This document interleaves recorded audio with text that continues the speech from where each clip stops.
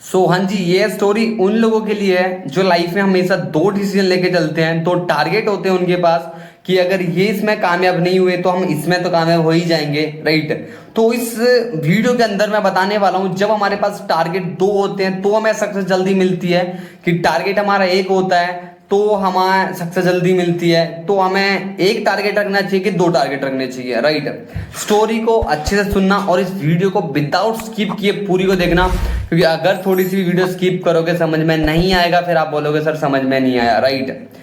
एक बार क्या होता है ना, दो राज्य होते हैं, दोनों में अनबन होती है, राइट, झगड़े मतलब मनमुटाव होता है। एक बार क्या होता है, एक राज्य के मंत्री राजा के पास आता है और बोलता है महाराज, हमें अपने जासूसों के थ्रू, हमें जासूसों के माध्यम से पता लगा है कि जो हमारा पड़ोसी राज्य है ना, वो हमारे ऊपर हमला की तैयारी कर रहा है और बोल रहे हैं 2 दिन बाद ना एक बहुत बड़ा हमला करने वाले हैं, राइट। और जासूसों के माध्यम से पता लगा है कि पड़ोसी राज्य की सेना हमसे इतनी बड़ी है कि 2, 3, 4 गुना हमारे से बहुत ज्यादा बड़ी है, राइट। हम उनके साथ कुछ भी नहीं है, हम मारे जाएंगे।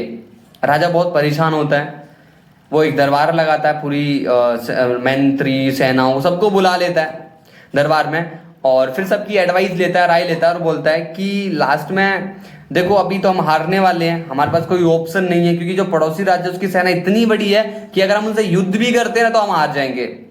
लास्ट में किसी के पास कोई एडवाइस हो, कोई भी आइडिया हो तो वो यहाँ पे बता सकता है, सजेशन कर सकता है।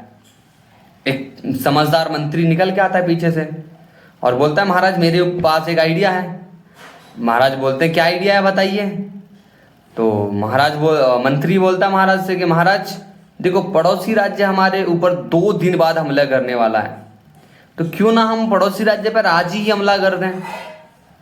आज हमला करने से ये होगा कि पड़ोसी राज्य तैयार नहीं मिलेगा, उनके सैनिक तैयार नहीं होंगे, उन पर हथियार नहीं होंगे, और हम तैयारी के साथ जाएंगे तो हमारे जीतने के चांसेस कहीं ना कहीं तो ज्यादा होंगे। राजा को बात अच्छी लगती है, तो राजा क्या करता है, राजा पूरी प्रजा को बुला लेता है, सैनिकों को बुला लेता है, मंत्री को बुला लेता है, और फिर बोलता है देखो हमारे पास ऑप्शन नहीं है, राइट, और हमें अगर उनसे जीतना है तो प्रजा को भी साथ देना पड़ेगा और पूरी सेना को तो जाना ही पड़ेगा। तो सब मान जाते हैं क्योंकि उनके पास कोई ऑप्शन ही नहीं था। तो अपने राज्य से पड़ोसी राज्य में जाने में ना एक नदी पड़ती थी, नदी को पार करके जाना होता था। तो सभी सैनिक मंत्री सभी राजा वाजा पार कर जाते हैं उसको, राइट, पुल को पार कर जाते हैं। फिर मंत्री क्या बोलता है सैनिकों से कि अब इस पुल को तोड़ दो। मंत्री पुल को तोड़ देते हैं। सब सोचते हैं अरे मंत्री पागल तो नहीं हो गया है, अरे तो पुल तोड़वा रहा है, अब जाएंगे कैसे, अपने राज्य में कैसे जाएंगे। तो मंत्री से पूछते कि भाई तुमने पुल क्यों तोड़वा दिया, अब हम वापस कैसे जाएंगे। तो मंत्री बोलता है मैंने पुल इसलिए तोड़वाया है कि अब हमारे पास ऑप्शन बी नहीं है। बोलते हैं मतलब हमारे पास ऑप्शन एक ही है, मरो या मारो, क्योंकि हम बचकर भाग नहीं सकते, मारे वैसे भी जाएंगे। फिर वो युद्ध लड़ने जाते हैं। सबके माइंड में एक ही बात चल रही थी कि भाई मारना है मरना नहीं है, मरेंगे या मारेंगे, क्योंकि बच के तो हम जाने वाले नहीं है, इससे अच्छा मारो। और ऐसे युद्ध चला कुछ टाइम तक और वो सेना जीत गई, जिसकी सेना बहुत छोटी थी, राइट, और वो बहुत बड़ी सेना को हरा के आ गए।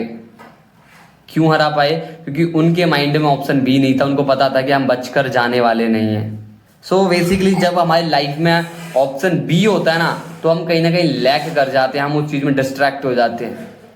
किसी ने बोला ना कि 2 नाव पे पैर रखने वाला कभी भी कामयाब नहीं होता, ना इस तट का होता है ना उस तट का होता है, ना इधर का होता है ना उधर का होता है, वो लास्ट में हार ही जाता है। तो लाइफ में कभी 2 गोल मत रखो, एक ही गोल रखो, एक ही टारगेट रखो।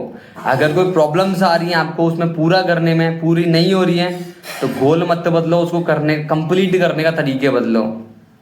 ओके, तो ऐसी वीडियो आपको मिलती रहेंगी, इसलिए चैनल को सब्सक्राइब कर लें, ऐसे थॉट स्टोरी आपको देता रहूंगा। सो मेरी इस यूट्यूब चैनल से कनेक्ट रहने के लिए थैंक यू सो मच।